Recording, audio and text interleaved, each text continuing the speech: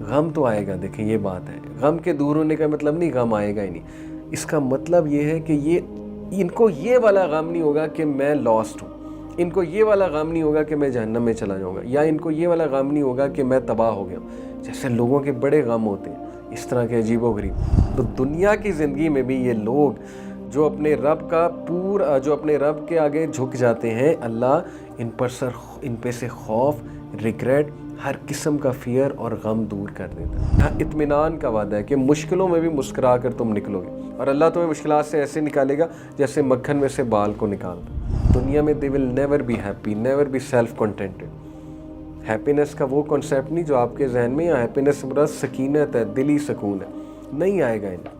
They will be lost always, worshipping false gods. How can you achieve happiness through that؟ کفار بھی اللہ کے ہی تابع ہیں نا، وہ اپنی ڈیتھ کو روک سکتے ہیں؟ کیا نان مسلم جو اللہ پر بلیو نہیں کرے گا وہ اپنی ڈیتھ کو روک سکتا ہے؟ وہ اپنے رزق کو بڑھا سکتا ہے؟ جب تک اللہ نہیں چاہے گا، تابع تو وہ اللہ کے ہی ہے، چاہے وہ مانے یا نہ مانے۔ These are the people who will achieve salvation، اور ان میں خلوص بھی ہوگا، یعنی کہ سنسیریٹی ہوگی ان میں بہت زیادہ۔ بے شک اس کا رب پورا بدلہ دے گا، اس پر نہ تو کوئی خوف ہوگا، نہ غم، نہ اداسی۔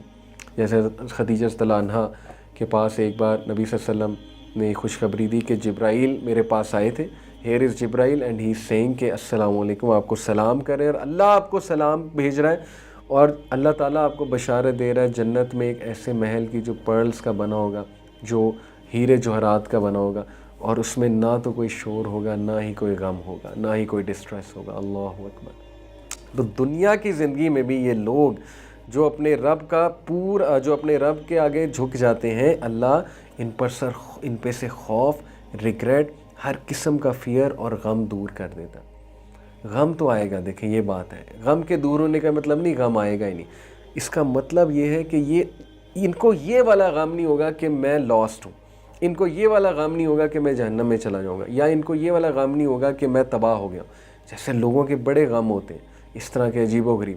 پھر لوگوں کے بڑے فیئرز ہوتے ہیں، تو ان کے یہ والے عجیب و غریب فیئرز نہیں ہوں گے، یہ کانفیڈنٹ پرسنالٹی بنیں گے جو سیلف فلفلمنٹ کے ساتھ زندگی گزاریں گے۔ یہاں ایکچولی سیلف فلفلمنٹ کا وعدہ ہے، یہاں اطمینان کا وعدہ ہے کہ مشکلوں میں بھی مسکرا کر تم نکلو گے، اور اللہ تمہیں مشکلات سے ایسے نکالے گا جیسے مکھن میں سے بال کو نکالتا۔ تو یہ ہے وعدہ اللہ سبحانہ وتعالیٰ کا۔ وقالت اليہود لیست النصارى علی شیء وقالت النصارى لیست اليہود علی شیء وهم یتلون الکتاب کذالک قال الذین لا یعلمون مثل قولهم فاللہ یحکم بینہم یوم القیامۃ فیما کانوا فیہ یختلفون۔ یہود کہتے ہیں کہ نصرانی حق پر نہیں ہے، اور نصرانی کہتے ہیں کہ یہودی حق پر نہیں۔ یہ فرقہ واریت کی جڑ ہے کہ جب بندہ ایک دوسرے پر فتوے لگانا شروع کر دیتا۔ ہاں ایک ہے کہ دلیل کے ساتھ، حق کے ساتھ کسی کو کریکٹ کر رہا ہے، یہ ایک الگ بات ہے، لیکن دلیل بھی کوئی نہیں ہے، حق پر بھی نہیں ہے، اور ایک دوسرے فتویٰ بازی بھی ہو رہی ہے، وہ کہہ رہے ہیں کہ ہم ٹھیک ہیں، وہ کہہ رہے ہیں ہم ٹھیک ہیں، حالانکہ یہ سب لوگ تورات پڑھتے ہیں۔ تم نے تورات پڑھی ہے، دلیل تورات ہے کہ کون حق پہ ہے۔ اسی طرح مسلمانوں کے جو فرقے بن گئے ایک دوسرے پہ باتیں کس رہے ہیں، بھئی قرآن کی طرف جاؤ، سنت کی طرف جاؤ، حدیث کی طرف جاؤ، حدیث اور قرآن کیا کہہ رہا ہے، چھوڑ دو فرقہ واریت، چھوڑ دو یہ حزبیت، ایک دوسرے پہ فتوے لگانا چھوڑ دو، گو ٹو دا قرآن۔ اسی طرح انہی جیسی بات بے علم بھی کرتے ہیں، بے علم بھی کہتے ہیں، یعنی قریش مکہ کی طرف اشارہ ہے کہ وہ تو ٹوٹلی بے علم ہے نا، ان کے پاس تو کتاب بھی کوئی نہیں آئی آج تک، وہ تو ویسے ہی کنجیکچرز اور بنی بنائی باتوں پر چل رہے ہیں، اور اپنے آبا و اجداد اور فور فادرز کو بلائنڈلی فالو کر رہے ہیں۔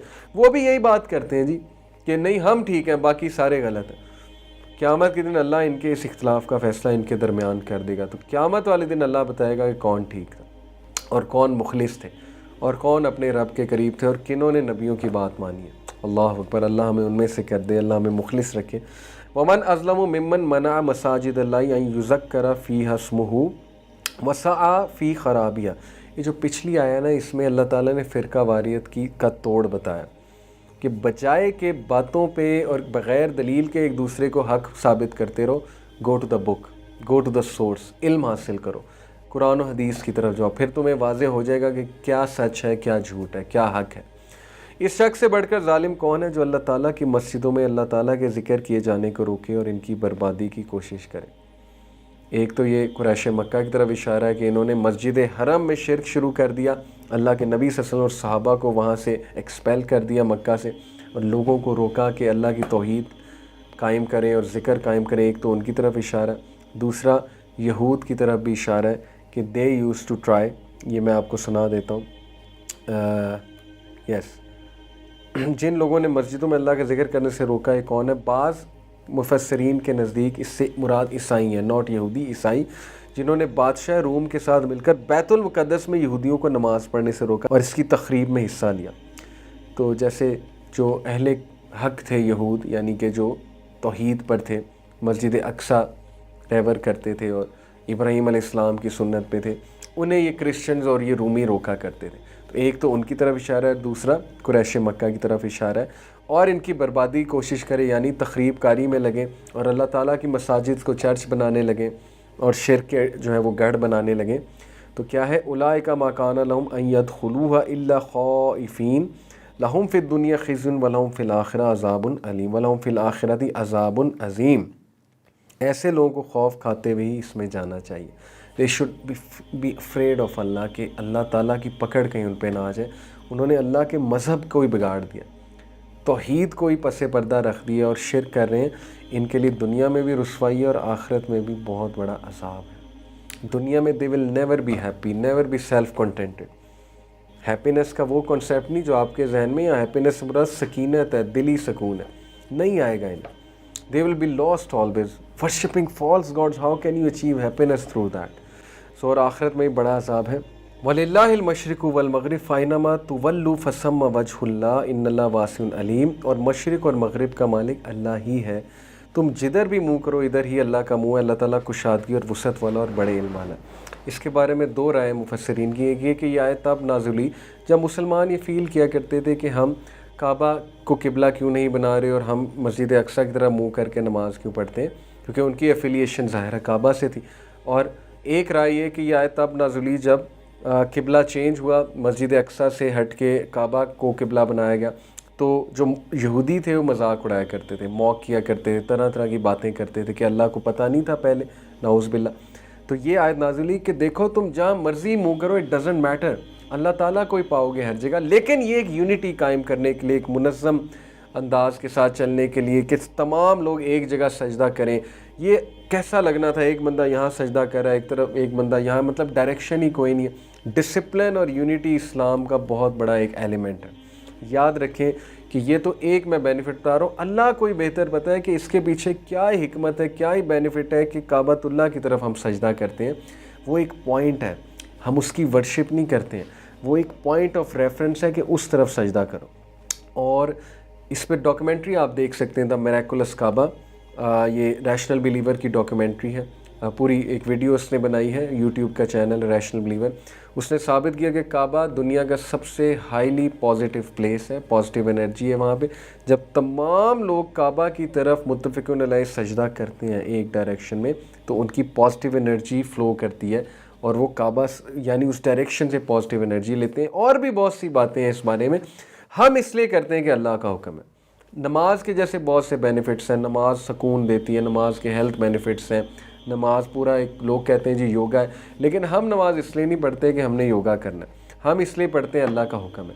یاد رکھیں مسلمان کا رویہ یہی ہے کہ میرے رب کا حکم ہے تو دیٹس اٹ. باقی اس کے بینیفٹس اتنے زیادہ ہیں کہ وہ پھر مسلمان انجوائے کرتا ہے ان بینیفٹس کو. اوکے، تو ثابت یہ ہوا کہ مسلمان کا رویہ دیکھیں اسلام پر عمل کرنے کے حوالے سے یہ ہونا چاہیے کہ وہ سوال زیادہ نہ کرے اور وہ اللہ رسول کی بات اڈاپٹ کر لے، مان لے، اور اسی میں اس کی خیر ہے، اس کی بھلائی ہے. انفارچونیٹلی آج کے دور میں ہماری یوتھ کو یہ سکھایا جا رہا ہے کہ ہر چیز پہ کویسچن کرو، ہر چیز پہ سوال اٹھاؤ. یہ ایک حد تک اس طرح ٹھیک بھی ہے کہ چلو سپرسٹیشس پریکٹسز اور جو فضول قسم کی چیزیں ہمارے معاشرے میں رائج ہیں تو ایٹ لیسٹ ان پر تو سوال کرنا بنتا ہے. لیکن جب اوتھینٹک حدیث ہے، قرآن کی ورس ہے اور وہ معروف ایک اوپینین آپ تک آ رہا ہے تو پھر اس میں شک کی گنجائش نہیں، بلکہ اس کو اڈاپٹ کرو. یہ ہے اصل میں بات. وَقَالُوا اتَّخَذَ اللَّهُ وَلَدًا سُبْحَانَهُ بَل لَّهُ مَا فِي السَّمَاوَاتِ وَالْأَرْضِ كُلٌّ لَّهُ قَانِتُونَ. یہ کہتے ہیں کہ اللہ تعالیٰ کی اولاد ہے، نہیں بلکہ وہ پاک ہے، زمین و آسمان کی تمام مخلوق اس کی ملکیت میں اور ہر ایک اس کا فرما بردار ہے. کرسچنز کی طرف مخاطب ہے، اور یہودیوں کا بھی ایک سیکٹ حضرت عزیر کو اللہ کا بیٹا کہتا تھا. اللہ ڈینائی کر رہا ہے، یہ جرم ہے، یہ ایک بیہودہ بات ہے جو تمہارے منہ سے نکلتی کہ اللہ تعالیٰ نے بیٹا چنا. اور اللہ تعالیٰ کہ اللہ کو یہ زیب نہیں دیتا، کیونکہ اولاد کمزور کر دیتی ہے انسان کو. ظاہر ہے بہت سے لوگ اولاد کی وجہ سے انفلوئنس ہو جاتے ہیں، اولاد کے لیے بہت سے لوگ اپنے ڈیسیجن چینج کر لیتے ہیں، اپنی ویلیوز تک چینج کر لیتے ہیں. اللہ کو یہ زیب نہیں دیتا کہ اللہ کو کوئی انفلوئنس کرے. اللہ کی کوئی اولاد نہیں، اللہ کے بندے ہیں سب، اللہ کے تابع ہے ہر چیز.